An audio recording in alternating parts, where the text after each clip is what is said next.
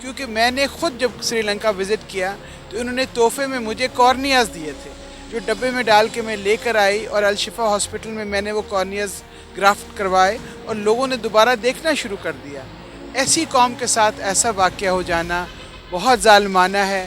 میں اس کو شدید مذمت بھی کرتی ہوں، کنڈیم بھی کرتی ہوں، اور اللہ سے دعا کرتی ہوں کہ یہ واقعہ کبھی دوبارہ رونما نہ ہو۔ اچھا، آپ کیا سمجھتی ہیں کہ اس کے پیچھے کیا محرکات ہو سکتے ہیں؟ یہ ہماری ذہنیت ایسی ہو چکی ہے، آپ سمجھتی ہیں کہ یہ ٹائم بم ہماری نیشن میں یہ جگہ جگہ پر انسیڈنٹ ہوتے ہیں، اس طرح کے انٹرنیشنل پلیٹ فارم پر پاکستان کو اس طرح کی شرمندگی کا سامنا کرنا پڑتا ہے، اس کے بارے میں کیا کہیں گی؟ میں تو سمجھتی ہوں کہ یہ ایک بین الاقوامی سازش ہے، کیونکہ ایسے واقعات سے پاکستان کا سر جھکانا چاہتے ہیں یہ لوگ۔ کبھی سری لنکن ٹیم پہ اٹیک ہوا، آپ نے دیکھا، اب یہ واقعہ ہو گیا ہے، تو یہ کوئی اچھی خبر نہیں ہے پاکستان کے لیے۔ بحیثیت پاکستانی ہمیں کھڑے ہو کے سب کو ایک ساتھ آواز اٹھانی ہوگی اور دنیا کو یہ بتانا ہوگا کہ پاکستانی قوم باربیرک نہیں ہے۔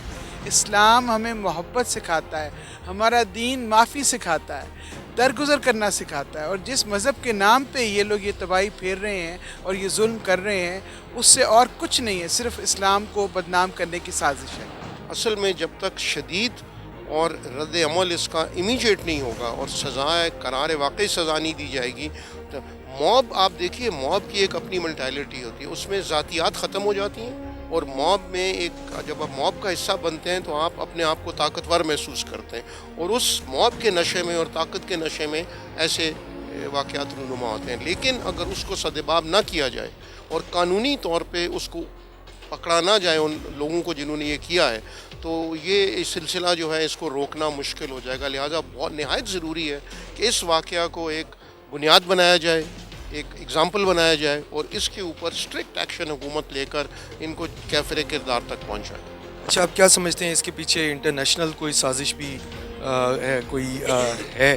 کیونکہ ہم نے ماضی میں بھی دیکھا بیرونی ہاتھ، بہت سارے ایسے واقعات ہوئے جس کے شاخسانہ ہم یہی کہیں گے کہ بیرونی اس میں سازشیں شامل تھیں۔ دیکھیے، میری اپنی ذاتی رائے ہے کہ اس میں کوئی بیرونی سازش شامل نہیں ہے، نہ کوئی اس قسم کا واقعہ بیرونی طاقتیں گھڑ سکتی ہیں۔ یہ وہ جس طرح آپ نے کہا موب والی بات تھی، اب وہ جو انکوائری ہو رہی ہے اس کے پیچھے وہ بتائیں گے کہ ان کا اپنا ذاتی جھگڑا تھا یا نہیں، لیکن جو کچھ بھی تھا، جس طریقے سے اس کو کیا گیا، جس طریقے سے یہ قتل ہوا، جس بھیانک طریقے سے یہ استعمال کیا اور وہاں پہ دینی نعرے لگائے گئے، اس کی مذمت کرنی چاہیے اور اس کو روکنا چاہیے۔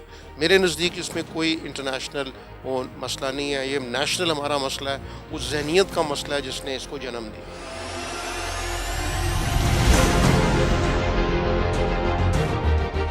جی ہاں، آج میں موجود تھا سری لنکا کی جو ایمبیسی ہے اس میں، اور سری لنکن ہائی کمشنر نے بات کی، میڈیا ٹاک تھی، اور ان کا بھی یہی کہنا تھا کہ یہ جو پرینتھا کمار جو شخص تھا جس کو توہین مذہب کا مرتکب ٹھہرا کر ایک موب، ایک لوگوں کے جتھے کی جانب سے نکال کر بے دردی سے قتل کر کے اس کی لاش کو جلا دیا گیا، ان کا بھی یہی کہنا تھا کہ یہ سازش جو ہے پچھلے چند عرصے سے، کئی وقت سے چلتی آ رہی ہے۔